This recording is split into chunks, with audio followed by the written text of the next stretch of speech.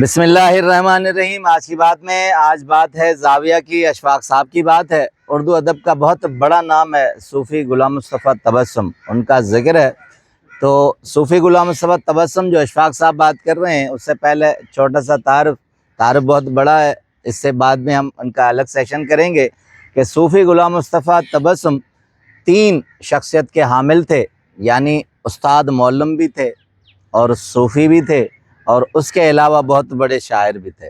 1978 میں 78 سال کی عمر میں دنیا سے چلے گئے، مگر بہت سارا کلام جو انہوں نے بہت مشہور لکھے تھے اور بہت ساری کتابیں انہوں نے چھوڑی۔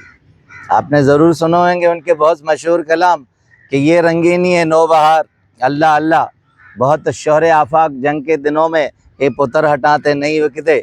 اس کے علاوہ انہوں نے غالب کا فارسی کا کلام پنجابی میں ترجمہ بھی کیا، اور آپ نے ضرور سنا ہوگا جو ترجمہ انہوں نے پنجابی میں کیا اور غلام علی نے گایا تھا، میرے شوق دا نہیں اعتبار تینوں، وہ فارسی کا کلام غالب کا ہے جو ترجمہ صوفی غلام مصطفیٰ تبسم کا ہے۔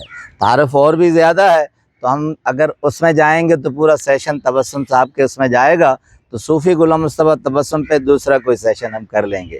اشفاق صاحب ایز اے معلم ٹیچر کے طور پر ایک ذکر کرتے ہیں، کہتے ہیں کہ ہمارے استاد تھے صوفی غلام مصطفیٰ تبسم صاحب، درویش سے آدمی تھے۔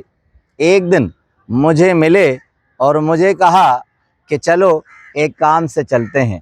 کہتے ہیں ان کا بڑا کام یہ ہوتا تھا کہ جہاں شادی ہوتی تھی، لڑکی والوں کا کھانا ہوتا تھا، وہاں کھانا برتتے تھے، یعنی بانٹتے تھے۔ تو کہتے تھے کہ میں اکثر ایسی ہی مصروفیات میں جاتا ہوں کہ لوگوں کا کام آنا چاہیے، کچھ تو آدمی اپنے صلے کا کام کرے، حصے کا کام کرے۔ کہتے ہیں میں اور میرے ساتھ 2-3 اور دوست تھے، ہم چل دیے۔ لاہور میں بھاٹی گیٹ کے پیچھے ایک بتیاں والی سرکار ہے، وہاں شامیانے لگے ہوئے تھے اور شادی کا اہتمام تھا۔ تو جیسے ہی ہم پہنچے تو سارے باراتی خوش ہو گئے، انہوں نے کہا لو جی صوفی صاحب آ گئے ہیں، اب ہمیں کوئی بھی پریشانی نہیں ہے۔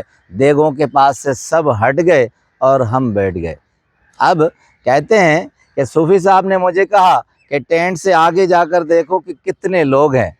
تو لوگ 160 کے قریب تھے، اور جب دیگ پر نظر ڈالی اور انتظامیہ سے پوچھا لڑکی والوں سے، تو انہوں نے کہا جی 80 لوگوں کا کھانا ہے۔ اب صوفی صاحب بہت گھبرا گئے اور میری طرف دیکھا، کہا کہ اشفاق اب کیا کرنا چاہیے؟ تو جھٹ سے کہتے ہیں کہ میں نے انہیں صلاح دی کہ اس میں پانی ڈال دیتے ہیں۔ تو کہتے ہیں کہ مجھے زور سے تھپڑ مارا کہ لوگوں کو مرواؤ گے، یہ کھا کر تو مر جائیں گے، تم اس طرح کرو کہ ایک پیپا گھی کا ڈال دو، جب گھی زیادہ ڈلے گا تو کھانا لوگ کم کھائیں گے۔ اب کہتے ہیں ہم نے یہ طریقہ کیا۔ اب 3-4 دوست ہم دوڑے جا رہے ہیں، لوگوں کی آوازیں آ رہی ہیں گرم کھانا لے آؤ، یہاں سے دوڑے وہاں سے آ گئے۔ کہتے ہیں اب آدھی دیگ بج گئی تھی، تو صوفی صاحب نے میری طرف دیکھا، اب کہا اشفاق آج تو مر جائیں گے۔ اب آوازیں آ رہی ہیں، ہم دوڑ رہے ہیں، پلیٹیں اور ڈشیں اٹھا رہے ہیں، مگر کہتے ہیں اچانک جب تھوڑے سے چاول بچے تھے، تھوڑا سا کھانا بچا تھا، تو آواز آئی کہ بس اب کافی ہو گیا، اب ضرورت نہیں ہے۔ کہتے ہیں یہ جیسے ہی صوفی صاحب نے سنا تو ہاتھ سے جو ڈونگا تھا وہ گر گیا اور دھڑام سے دیگ کے پرلے سے گر گئے۔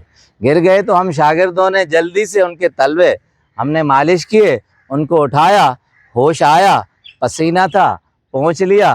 اب وہاں سے اٹھے تو صوفی صاحب نے کہا کہ اللہ اللہ کر کے عزت آج بچ گئی ہے، آئندہ ایسی ٹینشن کا کام ہم نہیں کریں گے۔ اب کہتے ہیں ہم تھوڑی سی دور گئے تھے تو ایک عورت بوڑھی تھی، اس نے کہا اوے صوفی تو ادھر گھومدا پھردا ہے، میں تو تینوں لبنیا۔ اب کہتے ہیں کیا ہے؟ کہا کہ تیرے پوتی کی تاریخ طے ہو گئی ہے، یہ تاریخ ہے، کھانا تم نے ہی برتنا ہے، تم نے ہی بانٹنا ہے۔ صوفی صاحب نے ہماری طرف دیکھا، جیب سے پینسل نکالی، کاغذ نکالا، 8 سیر گوشت، 10 کلو چاول، پورا حساب لگایا۔ تو میں نے استاد کی طرف دیکھا تو میری طرف دیکھ کر کہا کہ دیکھو ہم نے اپنے حصے کا کام کرنا ہے، اس عمل کی دنیا میں ہم نے کوئی تو عمل کرنا ہے۔ اب خوبصورت جملہ جو اشفاق صاحب کہتے ہیں کہ ہمارے بابا کہتے تھے کہ مسلمان وہ ہوتا ہے جس کا دل صاف ہو، اور ہاتھ میلے ہوں، مگر ہمارا المیہ یہ ہوتا ہے کہ ہمارا دل میلا ہوتا ہے اور ہاتھ صاف ہوتے ہیں۔ کہا کہ صوفی غلام مصطفیٰ تبسم وہ مسلمان تھے جن کا دل صاف تھا اور ہاتھ میلے ہوتے تھے۔ آپ کا بہت بہت شکریہ۔